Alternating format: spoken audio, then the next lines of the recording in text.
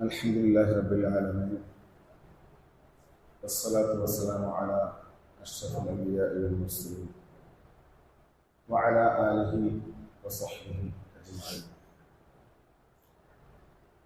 പ്രിയമുള്ള സഹോദരങ്ങളെ, അള്ളാഹുവിനെ സൂക്ഷിച്ചുകൊണ്ട്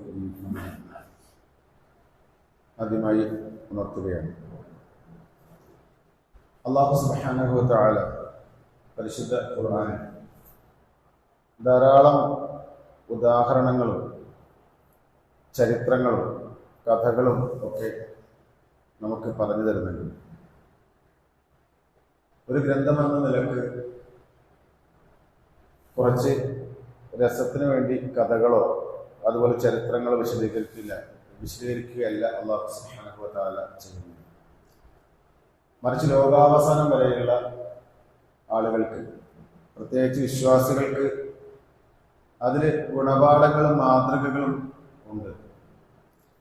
അത് ആ ഒരു കാലഘട്ടത്തിൽ പറഞ്ഞു പോകുന്ന വെറും കഥയല്ല എന്നാണ് നമ്മൾ മനസ്സിലാക്കേണ്ടത്. വിശുദ്ധ ഖുർആനിൽ സൂറത്തുൽ ബഖറയിൽ ആദം നബി അലൈഹിസ്സലാത്തു വസ്സലാമയുടെ ചരിത്രം പറയുന്നുണ്ട്.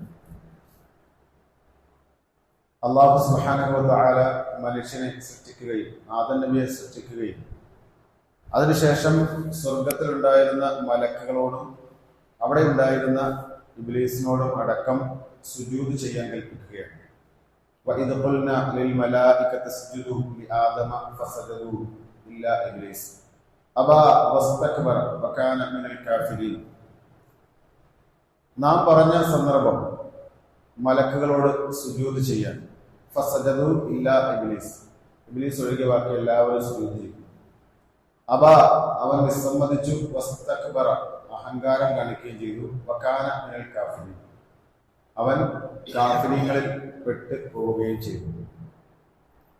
ഇവിടെ അല്ലാഹു സുബ്ഹാനഹു വ തആല ഈ ഒരു സംഭവം പറയുമ്പോൾ പലപ്പോഴും നമ്മളൊക്കെ കഥ കേൾക്കുന്ന രീതിയിൽ അള്ളാഹു ആദമിന് സുജൂദ് ചെയ്യാൻ മലക്കുകളോട് പറഞ്ഞു, കൂടെ ഉണ്ടായിരുന്ന ഇബ്ലീസ് ഒഴികെ ബാക്കി എല്ലാവരും സുജൂദ് ചെയ്തു, ഇബ്ലീസ് അഹങ്കാരം നിമിത്തം വിസമ്മതിച്ചു എന്ന് നമ്മൾ മനസ്സിലാക്കി പോകുന്നതല്ലാതെ എന്തിനു വേണ്ടിയാണ് അല്ലാഹു സുബ്ഹാനഹു വ തആല ഈ ആയത്ത്, ഈ കഥ, ഈ ഒരു സംഭവം ഇബ്ലീസിനെ കുറിച്ചുകൂടെ വിശദീകരിക്കാൻ കാരണം?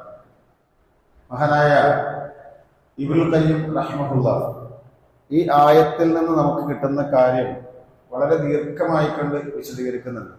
അതിന്റെ പ്രസക്ത ഭാഗങ്ങൾ മാത്രം നമ്മൾ ശ്രദ്ധയിൽപ്പെടുത്തുകയാണ്. നമ്മളിതിപ്പോ ഒരു പ്രാവശ്യം പോലും ഇങ്ങനെ ഈ ആയത്തിനൊരു വിശദീകരണം ഉണ്ട് എന്ന് നമ്മൾ കേട്ടിട്ടുണ്ടാവുള്ളൂ. അപ്പൊ അദ്ദേഹം പറയുകയാണ് ഇത് വെച്ചിട്ടുണ്ട്, അൽ അർക്കാനുൽ കുഫ്രി അർബഅത്ത്. ഇവിടെ സംഭവിച്ചത് യഥാർത്ഥത്തിൽ ഇബ്ലീസിന് കുഫ്റാണ് സംഭവിച്ചത്. ഇസ്ലാമിൽ നിന്ന് ഇബ്ലീസ് പുറത്തേക്ക് പോയി. അവിടെ അള്ളാഹുവിനെ അനുസരിച്ചുകൊണ്ട് ജീവിച്ചിരുന്ന ഇബ്ലീസ് ഇസ്ലാമിൽ നിന്ന് പുറത്തേക്ക് പോയ ആ കുഫ്റാണ് അവിടെ സംഭവിച്ചത്. ഇത് വിശദീകരിച്ചുകൊണ്ട് അദ്ദേഹമാണ് അർക്കാനുൽ കുഫ്രി അർബഅ, കുഫറിന്റെ ഘടകങ്ങൾ, കുഫർ ഉണ്ടാകാനുള്ള കാരണങ്ങൾ 4 കാരണങ്ങളാണ്. ഒന്ന് അൽ കിബർ, ഒന്നാമത്തത് അഹങ്കാരമാണ്. രണ്ടാമത്തത് അൽ ഹസദ്, അസൂയാണ്.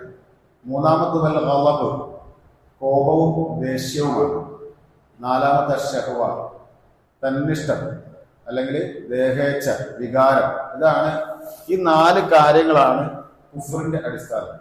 ഈ 4 കാര്യങ്ങൾ ഇബ്ലീസിന് മാത്രമല്ല ആർക്ക് വന്നാലും അവനെ അത് കൊണ്ടെത്തിക്കുന്നത് ആ കുഫറിലേക്കാണ്, ദീനിൽ നിന്ന് പുറത്തു പോകുന്നതിലേക്കാണ് എന്ന് ഇമാം ഇബ്നുൽ ഖയ്യിം റഹിമഹുല്ലാഹ് അവിടെ വിശദീകരിക്കുകയാണ്. എന്നിട്ട് അദ്ദേഹം വീണ്ടും പറഞ്ഞു, ഈ കിബർ കൊണ്ട് സംഭവിക്കുന്നത് എന്താണ്? അൽ കിബറു യംനഉഹു, കിബർ മനുഷ്യനെ തടഞ്ഞു വെക്കും. ഒരു മനുഷ്യനെ തടഞ്ഞു വെക്കും എന്തിൽ നിന്ന്?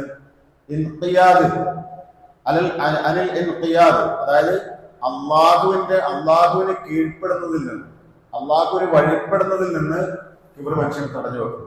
അതായത് അള്ളാഹുവിന്റെ കൽപ്പനകളുണ്ട്, ഇന്ന കാര്യത്തിൽ അള്ളാഹു സുബ്ഹാനഹു വ തആലയുടെ കൽപ്പനയുണ്ട്. ഇവിടെ സംഭവിച്ചത് ഇബ്ലീസിനോട് അള്ളാഹു പറയുന്ന എന്ത് കാര്യമായിക്കൊള്ളട്ടെ, സൃഷ്ടാവാണ് പറയുന്നത്, പക്ഷെ ഇബ്ലീസ് അതവിടെ ചിന്തിക്കുന്നില്ല.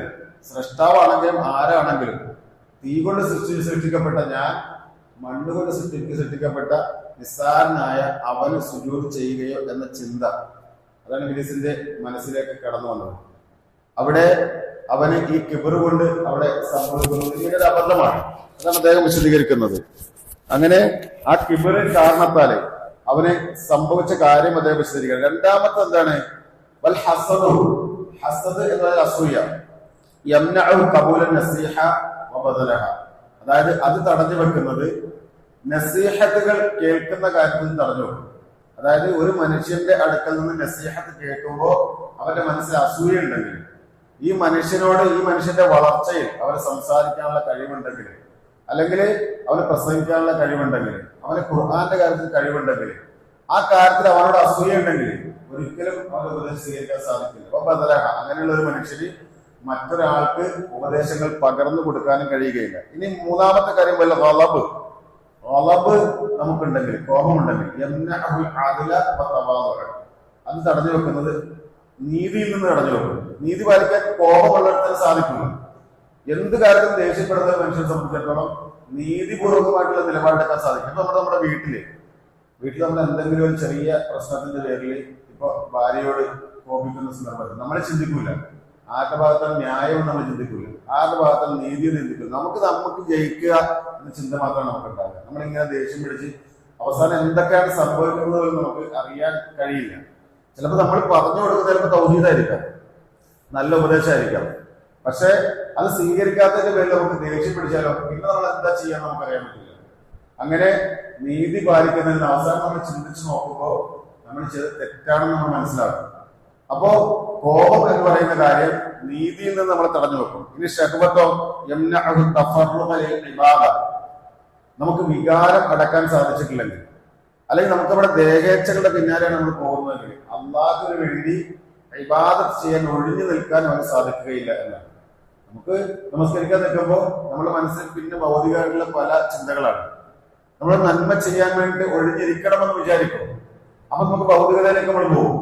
അതുകൊണ്ട് നമുക്ക് പലപ്പോഴും അള്ളാഹുവിലേക്ക് ഒഴിഞ്ഞിരുന്നുകൊണ്ട് ഇബാദത്ത് ചെയ്യാൻ നമുക്ക് സാധിക്കില്ല എന്ന് പറയണം. അപ്പൊ ഈ 4 കാര്യങ്ങൾ കുഫറിലേക്ക് എത്തിക്കും. ഒന്ന് കിബർ, രണ്ടാമത്തെ ഹസദ്, മൂന്നാമത്തത് ഗളബ് കോപം, നാലാമത്തെ ഷഹ്വത്ത് നമ്മുടെ ദേഹേച്ഛകളുടെ പിന്നാലെ പോകുക. എന്നിട്ട് അദ്ദേഹം വിശദീകരിക്കുകയാണ് വൈദൻഹദമ റുക്നൽ കിബരി, ഇതിൽ നിന്ന് കിബർ നശിപ്പിക്കാൻ ഒരു മനുഷ്യന് സാധിച്ചാൽ സഹുല അലൈഹി ഖിയാം, അല്ലാഹുവിന് വഴിപ്പെടാൻ അവന് സാധിക്കും.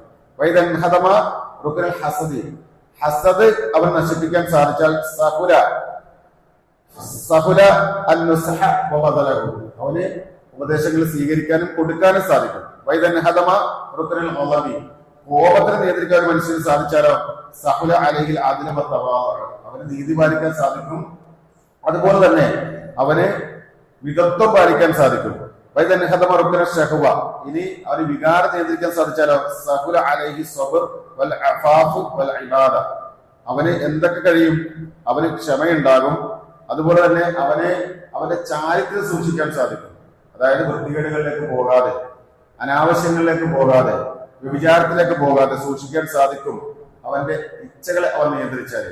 എന്നിട്ട് അദ്ദേഹം പറയുന്ന അവസാനം പറഞ്ഞൊരു കാര്യമുണ്ട്, ഒരു പർവ്വതത്തിന് അതിരിക്കുന്ന സ്ഥാനത്ത് നിന്ന് വേണമെങ്കിൽ നീക്കി വെക്കാം. പക്ഷെ അതിനേക്കാൾ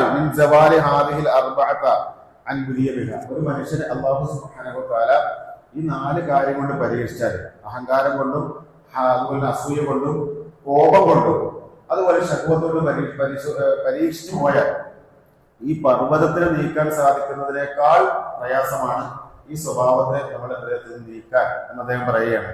നമ്മൾ വളരെ ശ്രദ്ധിക്കേണ്ട കാര്യമാണ്. ഈ സ്വഭാവം നമ്മൾ ഉണ്ടെങ്കിൽ അത് എവിടേക്കാണ് എത്തിക്കുക?